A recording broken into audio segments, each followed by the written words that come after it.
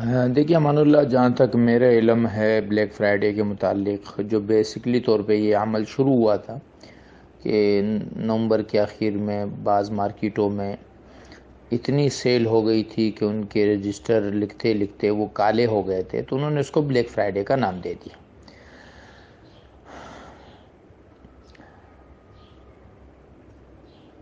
India میں ایک مرتبہ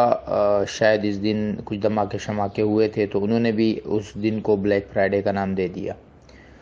تو دیکھیں، کسی کے کہنے سے فرائیڈے نہ بلیک ہوتا ہے نہ وائٹ ہوتا ہے، یہ صرف ایک کاروباری بات ہے۔ اور جیسے ہمارے ہاں رمضان کو جو ہے وہ سیزن کہا جاتا ہے، ہمارے ہاں 200% جو ہے وہ قیمتیں بڑھائی جاتی ہے، اور غیروں کے ہاں ان کے تہواروں پر جو ہے وہ اس میں کمی ہو جاتی ہے، ڈسکاؤنٹ ملتا ہے۔ لہٰذا صرف نام رکھنے سے کوئی چیز حرام یا ناجائز نہیں ہوتی ہے، اور یہ ہمارے ہاں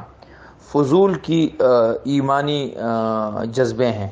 یعنی کہ ایسا ایمانی جذبہ شریعت کو مطلوب نہیں ہے کہ آپ ناموں کے پیچھے پڑ جائیں، اور آپ باقی تو دین دور ہی رہے آپ سے، لیکن آپ صرف ان ناموں کے چکر میں پڑیں۔ شریعت کہتی ہے کہ آپ احکامات خداوندی کو دیکھیں۔ اگر کوئی آدمی اپنے مسلک اور مذہب میں کہ جس کے نزدیک فرائیڈے کی کوئی اتنی اہمیت نہیں ہے، اور وہ اس کو بلیک فرائیڈے کا نام دیتا ہے